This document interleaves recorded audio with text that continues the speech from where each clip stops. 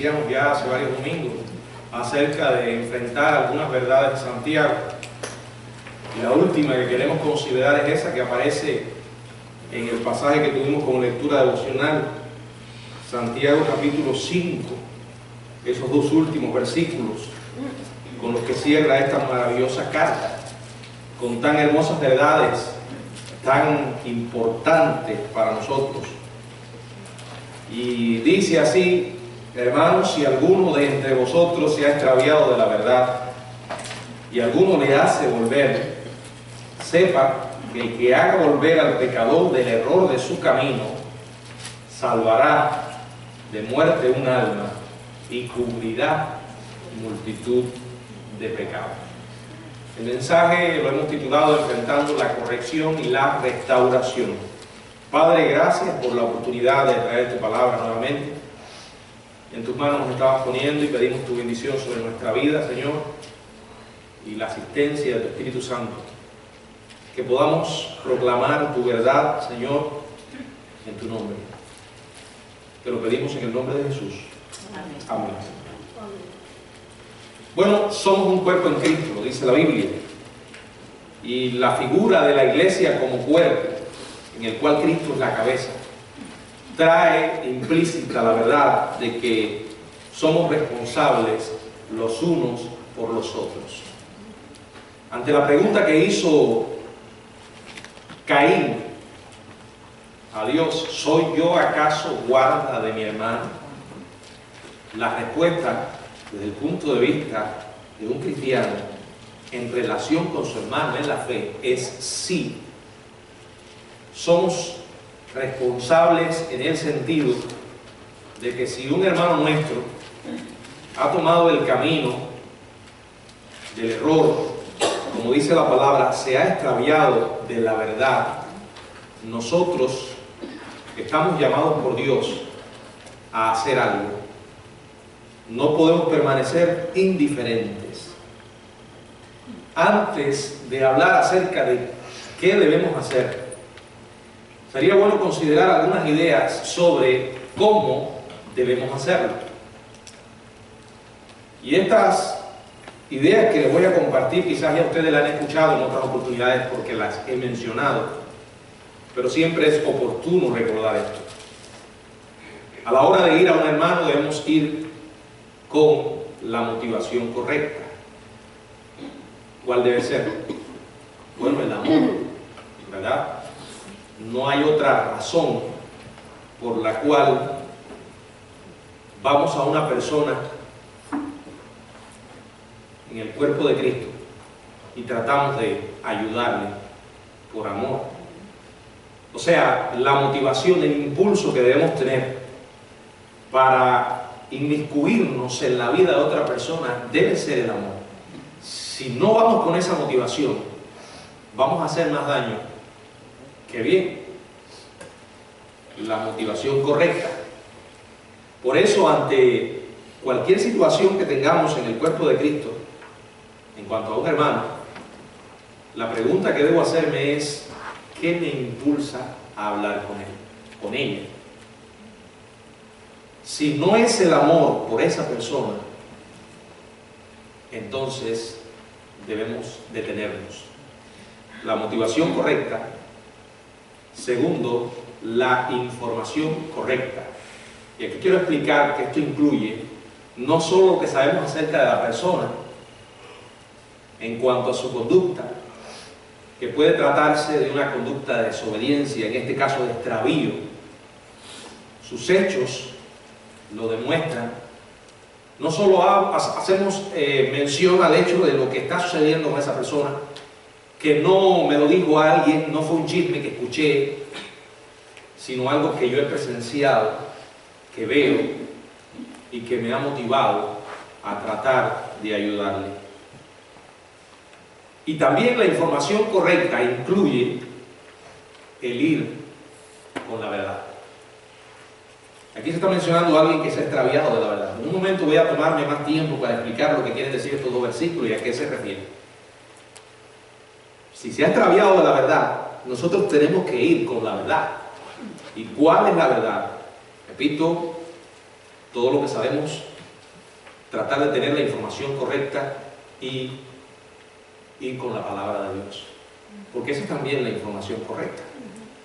No voy a hablarle de mis opiniones ni de lo que yo considero que la persona debe hacer, sino con la motivación del amor, explicarle o recordarle, porque probablemente la persona lo sepa, lo que dice la Biblia y lo que Dios piensa al respecto. Repito, la motivación correcta, la información correcta, la manera correcta. Este es un detalle importante, a veces ignoramos. Mateo capítulo 18 nos enseña cómo debemos obrar en relación unos con otros. Ahí están claramente los pasos establecidos. No se trata de obviar nuestra responsabilidad y tratar de descargarla sobre otra persona para que esa persona se inmiscuya y nosotros no buscarnos problemas. Creo que si vamos con la motivación correcta, con la información correcta y lo hacemos de la manera correcta, Mateo capítulo 18, si tu hermano peca contra ti, ve y repréndele estando tú y él solo. Si te oyere, has ganado a tu hermano. Si no te oyere, busca 2 o 3 testigos para que en boca de 2 o 3 testigos conste toda palabra. Si los oyere a ellos, pero si no los oyere, dice la palabra, dilo a la iglesia. Y si no oye a la iglesia, tenle por gentil y publicano. O sea, tenle como lo que ha demostrado ser. Una persona ajena a la fe, un incrédulo. La manera correcta habla de tacto. A veces no se trata tanto de lo que decimos, sino de cómo lo decimos. Cuando dejamos que nuestra lengua se desboque, impulsada por las emociones, hemos cometido un grave error. Si nos preguntáramos qué debo decir y la manera como debo decirla, las heridas serían menores. La manera correcta también incluye, como dijimos en Mateo 18, en privado, ¿verdad? El que ataca en público no está demostrando que tiene buenas intenciones, ni que está inspirado por una motivación correcta. Mucha gente agrede a otro en público porque de esa manera su imagen se eleva. Creen ellos, ¿verdad? Humillan a otras personas. No se trata de eso. Y parte de la manera correcta, pero no lo voy a poner dentro de esta área, lo voy a poner aparte, es también elegir el momento correcto, el tiempo correcto. No siempre están las condiciones creadas para esa confrontación, con amor, con información correcta, a la manera correcta y en el tiempo correcto. Usted sabe a qué yo me refiero. Eso lo vemos todos los días en nuestras relaciones humanas, con otras personas, en el trabajo, en el lugar que estudia, y no podemos obviar la más íntima de todas las relaciones, el matrimonio. No es el momento apropiado de la esposa resolver el asunto que tiene pendiente con su esposo cuando llega la tarde cansado, agotado y preocupaciones del trabajo, y ahí descargarle un balde de agua fría con el problema.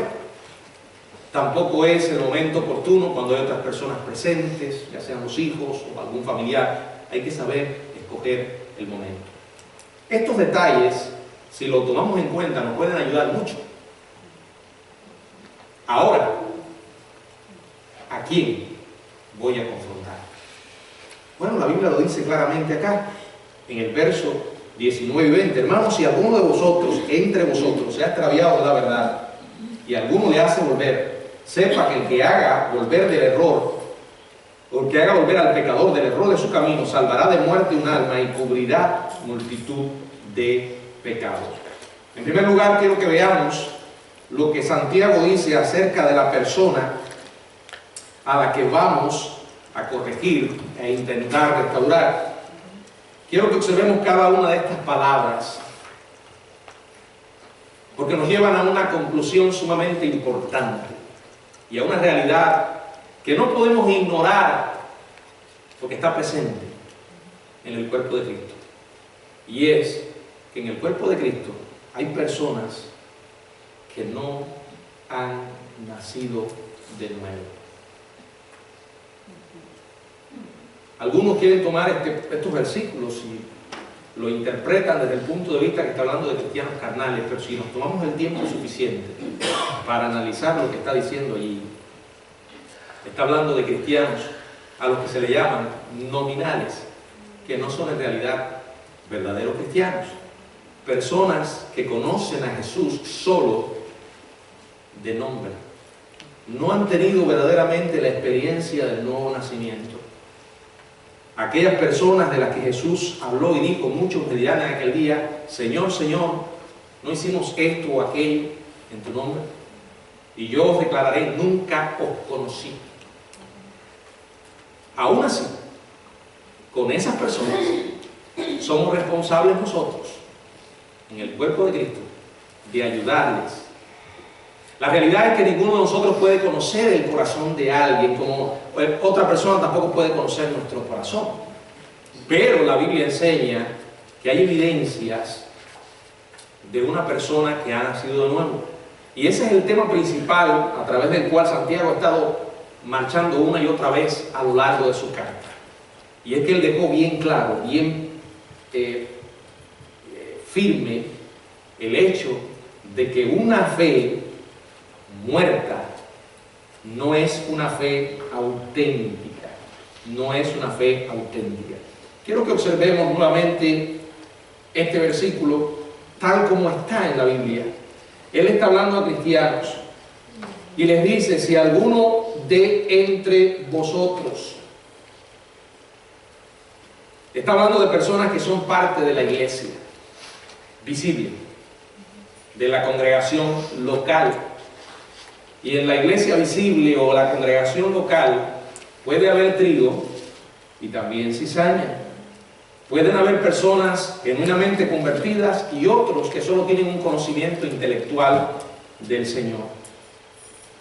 Aquí está mencionando personas que tienen una profesión, los creyentes de profesión que se han desviado de la verdad, los que dicen creer, pero que no han creído. ¿Y dónde está la evidencia? En el hecho de que se han desviado de la verdad. No estoy diciendo que un cristiano no tenga dudas, que no atraviese por tiempos de cierta confusión, pero creo, a la luz de toda la verdad que Dios ha revelado, especialmente en el Nuevo Testamento, que un verdadero cristiano jamás será extraviado de la verdad. El Señor Jesucristo dijo en Juan capítulo 10, mis ovejas oyen mi voz y me siguen. Y dice, y yo las conozco. Eso no quiere decir que un cristiano no peque. Eso no quiere decir que un cristiano no tenga un tiempo de indiferencia espiritual, de confusión. Pero a la luz de lo que está hablando aquí, de alguien que se extravía, y vamos a tomarnos el tiempo para explicar un poco más, está hablando de alguien que no conoce verdaderamente la verdad. Nosotros creemos que una vez que una persona ha conocido a Jesucristo, va a perseverar en esa verdad. La palabra extraviado es traducción del griego planao, palabra de la cual obtenemos la palabra planeta.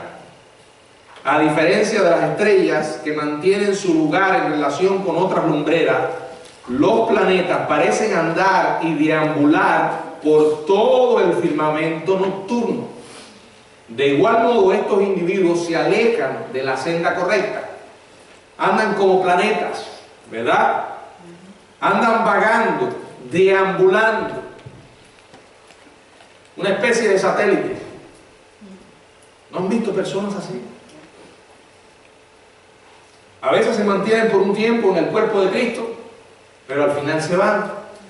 O están aquellos que son saltarines, van de un lugar a otro y a veces la pregunta es, ¿qué están buscando? Pero muchas veces usted lo ve. Y no les importa la denominación que sea, ni lo que la gente crea. Está el concepto de que todo el mundo es cristiano. Todos creemos en el mismo Dios. No, primero, no todos creemos en el mismo Dios, ni todos los caminos van al cielo. Solo hay un camino. Aquí, repito, está hablando de alguien que se ha extraviado de la verdad. Extraviarse de la verdad se refiere específicamente a alguien que abandona la fe que antes profesó. ¿Qué pasó? ¿Perdió la salvación? ¿O realmente nunca la ha tenido? Hay varios pasajes de la Biblia que hacen alusión a esto. Por ejemplo, en Hebreos 5, a partir del capítulo 12, se está mencionando al respecto, y eso es el tipo de personas que menciona aquí, desde el verso 12, en el capítulo 5, hasta el capítulo 6, verso 9, habla al respecto. Personas que aparentan ser creyentes, pero que realmente no lo son. Y ahora quiero específicamente ir al capítulo 10 de Hebreos, verso 29. Hebreos 10, 29. Donde dice, ¿cuánto mayor castigo pensáis que merecerá el que pisoteare al Hijo de Dios y tuviere por inmunda la sangre del pacto, en la cual fue santificado, e hiciere afrenta al Espíritu de gracia? Luego, en primer libro de Juan, capítulo 2, verso 19, primera de Juan 2, 19.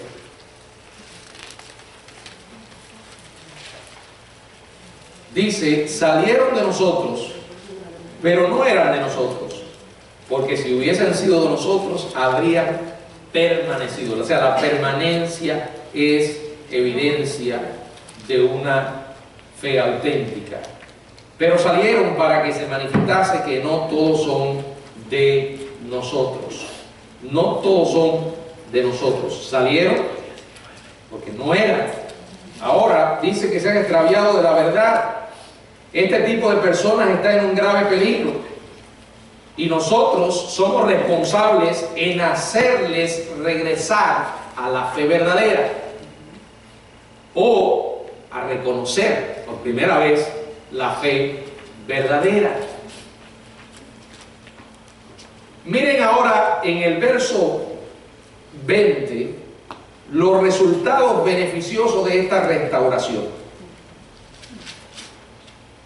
Pero antes quiero mencionarle un detalle, y es con relación a extraviarse de la verdad. Por ejemplo, el extraviarse de la verdad incluye una persona que se extravía en sus creencias, las doctrinas que aprendió solo con la mente, no con el corazón. Pero también se puede extraviar demostrando que en realidad no está viviendo su fe, o sea, no alineando su práctica con lo que dice creer. Ahora luego están los resultados de hacerle regresar. Verso 20 dice, sepa que el que haga volver al pecador del error de su camino, salvará de muerte un alma y cubrirá multitud de pecados. Pecador, bueno, es una palabra que se usa para describir en la Biblia a las personas no regeneradas, o sea, la condición que teníamos antes de conocer a Jesucristo. Vamos a mirar algunos versículos para tratar de entender lo que estamos diciendo. Por ejemplo, en Proverbios, capítulo 11, verso 31.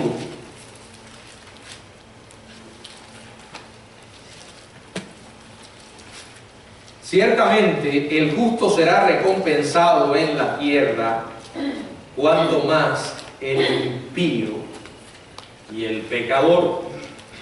Ahí la palabra pecador no se está refiriendo a un creyente, porque ya apareció la palabra que lo contrasta. Es justo, no porque es justo por sí mismo, somos justos porque el Señor nos ha justificado. Proverbios 13:6. Proverbios capítulo 13, verso 6. Dice: la justicia guarda al de perfecto camino, mas la impiedad trastornará al pecador. También dice la palabra en Mateo 9:13. Mateo 9:13. Si no me equivoco es el versículo que dice: no he venido a llamar justos, sino a pecadores al arrepentimiento. Mateo 9. Porque no he venido a llamar a justos, sino a pecadores al arrepentimiento. También la palabra de Dios nos dice en Romanos 5:8: mas Dios muestra su amor para con nosotros, en que siendo aún pecadores, Cristo murió por nosotros. Ahí está hablando de la condición. Seguimos siendo pecadores después de haber aceptado a Cristo, pero ahí se está refiriendo a nuestra condición anterior, en el hecho de que Cristo murió por nosotros. Santiago tiene en mente aquí a personas que tenían una fe, pero una fe muerta. Aquellos que menciona en el capítulo 2 de su carta, cuando está hablando allí de la fe muerta, del verso 14 hasta el 26, donde dice: hermano mío, ¿de qué aprovecha si alguno dice que tiene fe? Hay gente que dice que tiene fe, pero la realidad es que si tenemos fe, esa fe tiene que verse.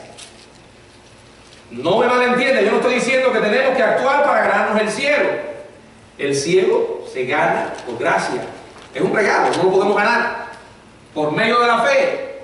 Y esto no de vosotros, pues es don de Dios. Ahora, donde hay fe auténtica, hay evidencias. Si en tu vida no hay amor por Jesucristo, si en tu vida no hay amor por otros y deseo de obedecer a Dios, es que no le has conocido. Dice la Biblia, si alguno dice, fíjense que aquí está hablando de alguien que dice que tiene fe y no tiene obras, ¿podrá la fe salvarle? Bueno, esa fe no, porque es una fe que solo se queda en los labios. Y ahí comienza a hablar de las evidencias de esa fe. Esa es la persona que él describe. No está hablando de genuinos creyentes, y quiero que no lo tome de manera equivocada. No significa que un cristiano no va a pecar. No significa que un cristiano no va a tener tiempo de apatía espiritual. No significa que un cristiano no va a caer. Significa que un cristiano no va a caer de manera total. Si es hijo de Dios, se levanta y vuelve, y Dios vela por sus hijos en relación a la verdad. Dice la palabra: pecador, sepa que el que haga volver al pecador, y ahí menciona el error de su camino. Esto está hablando de un abandono de la sana doctrina y también un estilo de vida equivocado como resultado de una creencia equivocada. Fíjense que está hablando de su camino, o sea, tomó su propio camino, y ese camino es un error. ¿Por qué? Porque no es el camino de la verdad. La verdad, ¿qué es la verdad? Bueno, la verdad es una persona, Jesús. También la Biblia, la palabra verdad se usa para referirse a la Biblia. Tu palabra es la verdad. ¿Qué es la sana doctrina? Una expresión que usamos nosotros a veces. La sana doctrina es exponer fielmente las Escrituras. Solo eso. Un mensaje alrededor de la persona de Jesús, donde el personaje principal es Jesús, su muerte por los pecadores. La verdad es la palabra que Dios ha revelado. La persona toma un camino, su camino, y es un camino de error. Y aquí hay algunos detalles más que nos aclaran por qué se trata de una persona que verdaderamente no ha nacido de nuevo. dice, salvará de muerte un alma y cubrirá multitud de pecados. ¿A qué se está refiriendo acá cuando habla de salvar de muerte? Bueno, una interpretación que algunos dan y podría parecer lógica es la disciplina de Dios llevándose a alguien prematuramente por haber tomado un camino de desobediencia, como el caso de Ananías y Zafira, o como aquellos que estaban usando de manera incorrecta la cena. Pero la palabra muerte que se emplea aquí no es una muerte física. Ahí es donde está el problema. La palabra griega que se está empleando para acá no hace alusión a una muerte física. Es una muerte eterna. Está hablando de la muerte segunda, o como alguien mencionó ahí en la congregación, muerte espiritual. Es decir, que si no podemos poner acá a un cristiano, porque si lo ponemos, entonces estamos viendo a alguien que pierde la salvación, que cae en un camino de muerte espiritual. Aquí está hablando de muerte eterna, la separación eterna de Dios, que incluye el castigo eterno en el infierno. Hay muchos pasajes de la Biblia, no los voy a leer ahora, que hablan de la muerte segunda o de la muerte eterna. Si usted hace a alguien salir del error de su camino, entonces salvará de muerte un alma. Los cristianos deben buscar con mucha solicitud a estas personas porque corren un gran peligro de perderse. Y lo interesante es que muchas de estas personas conocen la verdad, o parte de la verdad, tienen conocimiento. No estamos hablando de un sencillo incrédulo, no es alguien que anduvo en los caminos de la fe. Probablemente conozca la Biblia, sepa de memoria versículos. A lo mejor alguno de ellos ha sido hasta maestro de la escuela dominical, predicador. Tal vez se trata hasta de un misionero o un pastor. O sea, no está hablando de cualquier creyente. ¿Se dan cuenta?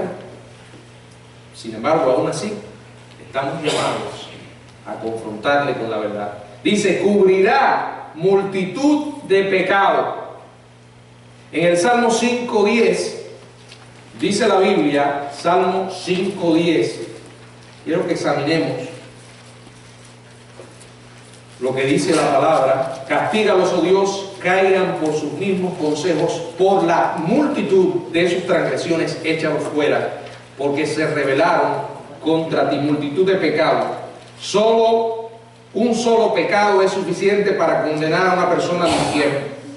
El uso que Santiago hace de la palabra multitud subraya la condición desesperada de los pecadores perdidos que no han sido regenerados. La buena nueva del Evangelio es que la gracia perdonadora de Dios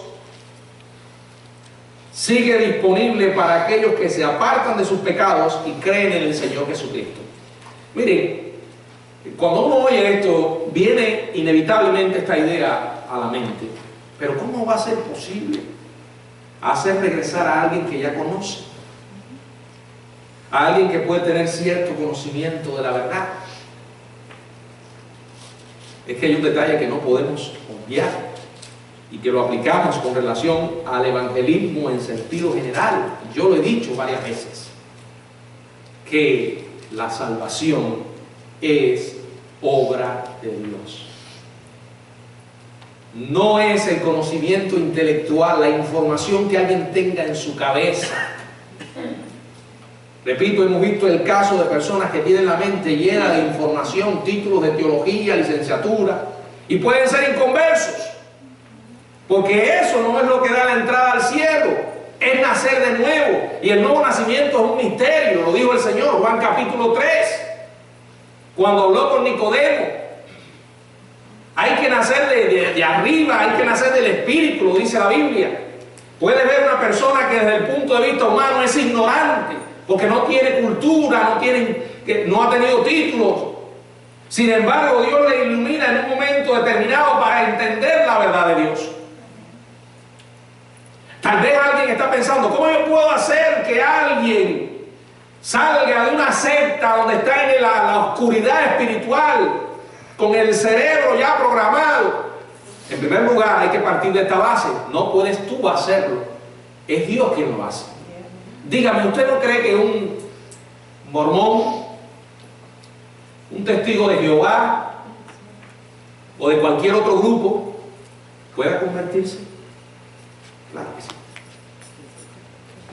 Es más, voy a ir un poco más allá. ¿No creemos que un musulmán pueda conocer a Jesucristo? Sí. Si no creyéramos eso, no estamos creyendo en el poder del Evangelio. Dice la Biblia que el Evangelio es poder de Dios para salvación a todo aquel que cree. ¿Que hay personas más endurecidas que otras? Sí. Pero la especialidad de Dios es cambiar vidas y ablandar corazones endurecidos. Y eso incluye el que está fuera en una secta, aquel que está fuera perdido, incluye aquel que estuvo dentro o está dentro pero no acaba de nacer de nuevo. Y les voy a decir algo que es mi opinión. Para mí, de todas esas personas, el que está en una condición más peligrosa es el que está dentro, porque ha saboreado tanto la verdad que puede que le haya perdido el sabor, en el sentido de que se ha ido endureciendo. Ahora no recuerdo específicamente, pero ahí está en Santiago, en Hebreo, donde dice que es imposible que aquellos que fueron iluminados y gustaron del don celestial, así lo dice, que después recaen, puedan ser renovados. Y algunos han tomado ese pasaje como que se pierde la salvación. Ahí está describiendo a alguien que ha estado dentro, ha tenido acceso a todas las cosas espirituales, las ha saboreado, pero no las ha digerido. Está describiendo los corazones de los cuales Jesús habló. Acuérdense que eran 4 tipos de terrenos. Solo en uno la semilla dio fruto. El poder no estaba ni en el sembrador, el poder estaba en el Dios y en la semilla y el corazón que Dios preparó para que diera fruto. Es una obra que Dios hace, no la hacemos nosotros, pero sí hay una responsabilidad que tenemos que enfrentar, y es que Dios nos hace responsables por aquellas personas que salen del camino del Señor. Es más, vamos a concederle el beneficio de la duda. No es que estoy aceptando una herejía, pero vamos a considerar que esas personas sean cristianas. Vamos a considerar lo que algunos lo ven de alguien que está y se aparta por su pecado. Es la interpretación que he oído de otras maneras, y que alguien se desvía. Bueno, aún así, eso no cambia la realidad de lo que enseña la Biblia. Tenemos que ir a ellos. Tenemos que ir a ellos. Ya sea que el versículo lo interpretan algunos como que, bueno, el Señor lo va a disciplinar, se lo va a llevar. Muy bien, aún así, eso no cambia la responsabilidad que tenemos nosotros, porque aquí el énfasis está en aquel que sí ha nacido de nuevo y aquel que es cristiano y reconoce de parte de Dios que tiene una responsabilidad para con su hermano, ya sea un hermano auténtico o alguien que se llama hermano. No cambia la responsabilidad. Hay que ir, confrontarle con la verdad, llevarle el Evangelio, porque Dios puede hacer una obra en ese corazón. ¿Entendieron? Si está considerando intervenir en la vida de alguien que se ha extraviado, ore por eso, reconociendo que es Dios el que puede convencer y cambiar ese corazón o ablandar ese corazón, y haga la parte que le toca. Asegúrese de que está actuando debido a un amor genuino por la persona. Asegúrese de que se ha sumergido en la oración. Tenga paciencia y persista, porque puede ser un proceso largo. La mayoría de aquellos que se extravían no vuelven de repente cuando se les da una palmadita en el hombro. No. Puede exigir un tiempo largo, muy largo. Y nunca podemos olvidar esta verdad. Dios los ama. La Biblia dice que Dios los ama. Solo somos instrumentos para hacerle regresar. Ese que se ha extraviado de la verdad puede ser un simple hermano de la iglesia o alguien que forma parte de tu familia o con el que tienes una estrecha relación. Eso no cambia, repito, la responsabilidad que tenemos. Orar y tomar en cuenta estas recomendaciones que he dado, descansar en la soberanía de Dios y en su poder, que todavía y estará cambiando y transformando vidas. Que el Señor nos bendiga.